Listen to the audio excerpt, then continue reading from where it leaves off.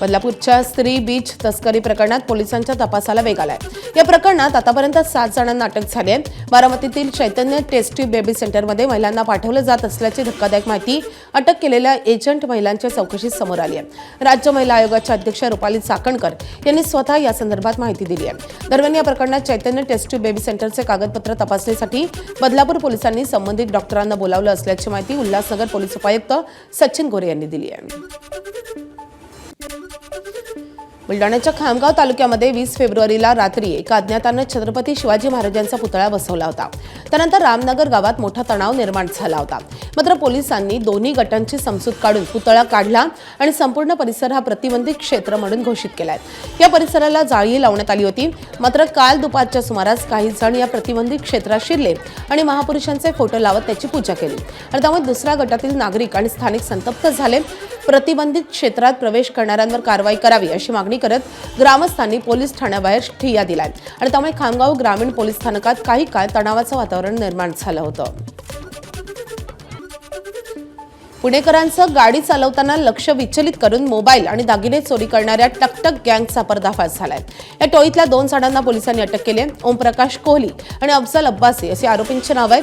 दोघेही मेरठमधील रहिवासी असल्याची माहिती आहे। फराज खाना आणि विमाननगर भागात ही टोळी सक्रिय होती। रायगडच्या कर्जतमध्ये एका वृद्धाला बुरट्या चोरट्यांनी 12 लाखांचा गंडा घातलाय। फेसबुकवर मैत्री करत या चोरट्यांनी वृद्धाला कर्जतमध्ये बोलून त्याचं अपहरण केले। त्यानंतर क्विक लोनच्या सहाय्याने 12 लाख रुपये लुटले।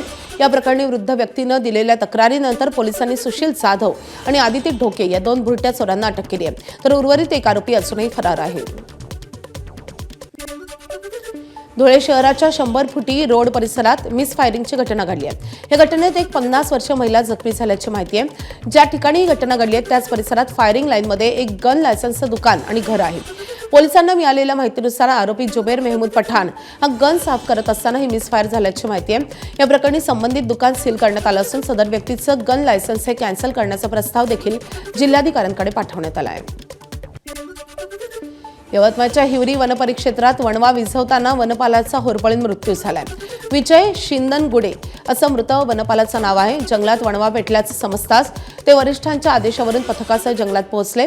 सहकाऱ्यांसोबत आग विझवत असताना ते पुढे निघाले। दरम्यान आग वाढली आणि त्यावेळी त्यांचे सहकारी बाहेर निघून आले।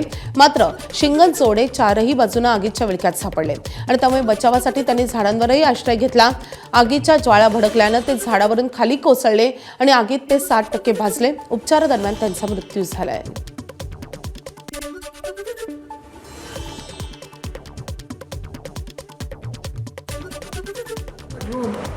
जंगलाची आग विझवत होते। 60-70% बर्न होतं।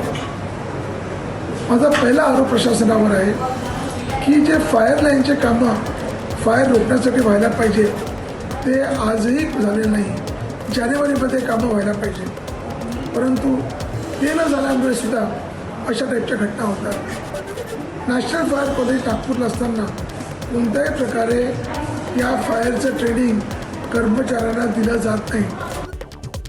बॉलिवूडमध्ये सर्वात चर्चेतल्या आणि सुपरहिट सिनेमे देणाऱ्या दिग्दर्शकांमध्ये राम गोपाल वर्मा यांचं नाव येतं। आता राम गोपाल वर्मा यांनी सरकार 4ची घोषणा केली आहे। अमिताभ बच्चन यांच्या करिअरमध्ये सरकार सिनेमाचं मोठं स्थान आहे। आतापर्यंत या पॉलिटिकल क्राईम ड्रामा सिनेमाचे 3 पार्ट आलेत, तर आता राम गोपाल वर्मा यांनी सरकार 4ची घोषणा केली आहे। एबीपी माझा, उघडा डोळे बघा नीट।